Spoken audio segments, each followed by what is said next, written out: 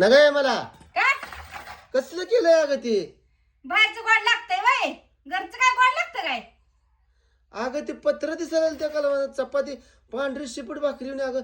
काय करतेस अगं तू का आता बारकी बिरकी आहेस अर्धा किलो शेंगदाणा पाव किलो तेल 1 किलो साखर आठवडाभर पुरवायचं मग कसं करायचं आम्ही कसं खात असल ह्याचा विचार पाहिजे आहे तुम्हाला काय अगं पैसे नाहीत ग कुठलं आता आवा कुठं जाते तर पैसे तुमचं सांगा की मला पैसे कुठं जाते तर सारखं हा अगं नसल्यावर कुठला आणू आता नसल्यावर म्हणजे मग आम्ही कसं खात असेल ह्याचा विचार पाहिजे काय आहे का तुमचा आपल्यालाच पाहिजे चटक्याचं बाहेर कुठं तर चव लागत असेल ना इथं कसं घरचं चव लागल अगं तेवढंच कालवणापुरतं वापरा चपाती पुरतं लय वाटूळ करून येतील खाऊन येतील म्हणून नाही आणलं. पाव किलो तेल पुरत असतं काय तुम्हाला काय वाटतं भेटतं का जरा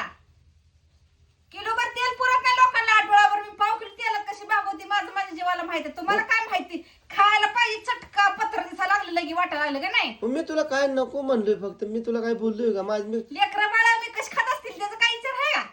अगं खाऊन ये लय तेल ग खाऊ नये काय तुला फक्त म्हणलंय मी ती कसली केलंय म्हणलंय मी पण का बरं खायला नाही म्हणते मी आमच्या बरोबर कसं असेल तसं खायचं तुम्ही बी ना बाहेर कसं तर चटका गोड लागतोय ना अगं कोण जाते अगं बाहेर कसं कोण जाते म्हणजे नको ग मला मग भूक नाही घरात ग कसं खाऊ वाटत नाही तुम्हाला अगं पण तू नीट कर की याला काय थोडं तर त्याला चपाती म्हणून दिसते का ती काय वाटतंय का तिला मग चपात नाही तर काय चपात आहे काय चपातीच आहे ना मग काय ते झालं कसं- चपातीला या ते कालवून कसं घट मोठ असावं कसं ती पाताळ नुसतं वा, अगं. वा, वा, वा, वा. त्याला आणा की किलोभर शेंगदाणा पुन्हा किलोभर तेल किलोभर साखर खोबरं आणा मग करते रबरबी देते माझ्या राहूला करून नग बाई मी तुला काय बोलत नाही अगं काय म्हणत नाही अगं होय गे माझ्या राहूला नाही चटक्याच लागते जीभ लय लय शिंदळ झाली सारखी चटक्याच मागती